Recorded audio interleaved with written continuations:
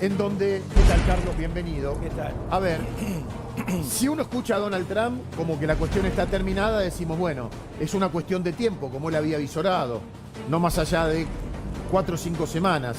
Si uno escucha a las autoridades iraníes que están dispuestas a todo y que además están atacando lugares por fuera de lo que es Israel, decimos, esto puede ser largo, pero quiero saber, por supuesto, cuál es tu opinión. Bueno, buen día. ¿Qué tal? Como ustedes vieron recién, esas explosiones no son un ataque norteamericano, ¿eh?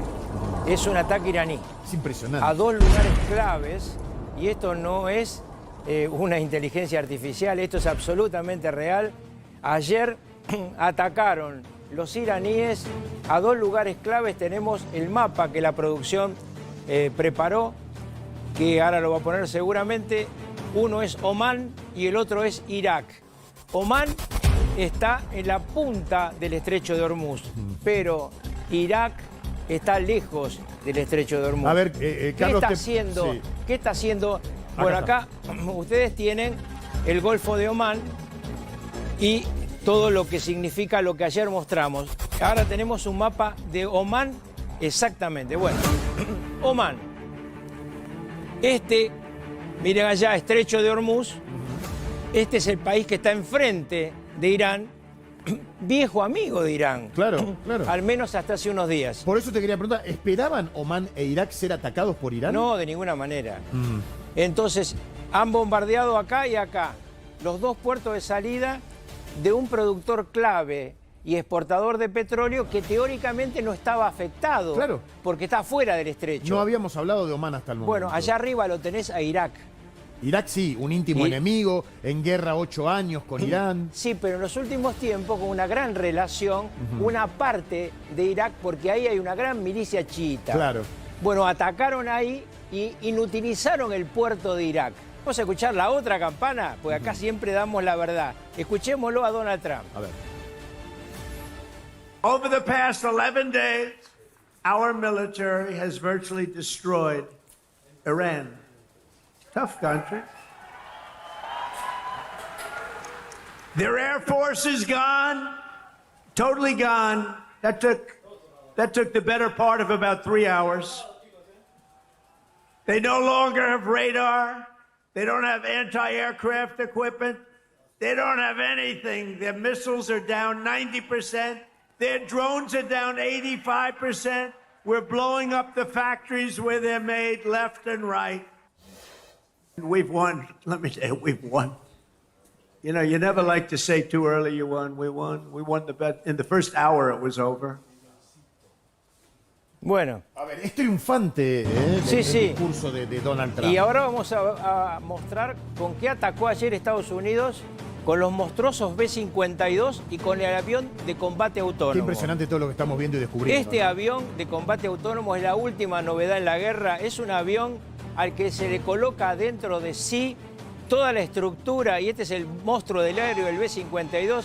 Con eso atacaron ayer. El B-52 es un monstruo que tiene 3 turbinas de cada lado, 12 turbinas.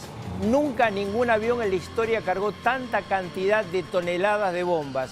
Y al mismo tiempo el avión autónomo, el otro que mostramos antes, acá miren, se llegan a ver todas las turbinas de este lado. ¿Ven las 3? Bueno, hay 3 del otro lado, sí, para soportar el inmenso peso de este avión. O sea, Carlos, hoy por hoy es el más sofisticado, el más No es el más sofisticado, ¿no? Es el que tiene más cantidad de bombas adentro, Ajá, más toneladas. El más sofisticado es el Spirit, que también está atacando, pero que ya lo mostramos en otra oportunidad. Claro. Es ese que parece un plato volador. O sea que este es el que puede causar más daño en sí mismo con todo lo que lleva. Estuvo causando anoche. Claro. Anoche con este y con el avión autónomo atacaron todo lo que es Irán, y Israel al mismo tiempo atacó Beirut, sur de Beirut, es decir, el Líbano, y atacó el Valle de la Beca. La guerra está en todo el volumen. ¿Qué hacen los norteamericanos? Anoche, por ejemplo, destruyeron todo lo que significa las últimas estructuras de defensa, bombardearon centrales nucleares, por primera vez rompieron una central nuclear, bombardearon toda la estructura cercana a Hormuz, que ya te contaba que iban a atacar. Sí.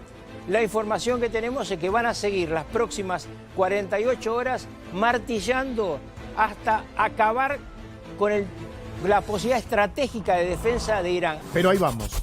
Porque vos podés ganar en lo estratégico bombardeando todo aquello que puede ser fabricación de armas, como decía recién. Bueno, acá lo Trump, estás viendo. etcétera. Claro. Esto fue anoche. Pero el tema es, en algún momento, ante estos ataques que son pavorosos, es un infierno Irán y lo seguirá siendo en las próximas 48 horas, el régimen teocrático de los ayatolás va a decir, bueno, paremos acá, charlemos, o van a seguir atacando en distintos países a lo largo de semanas, a lo largo de meses, y la guerra va a continuar en otros lugares más allá de que Irán esté totalmente destruido. Bueno, eso es lo que parece que está ocurriendo ahora. ¿Por qué? Porque cuando vos ves que lo que hace Irán es una guerra que podríamos llamar una guerra simétrica, Irán ve frente a sí un monstruo que tiene una capacidad impresionante. Con que ahora, no puede repeler. ¿Qué hace?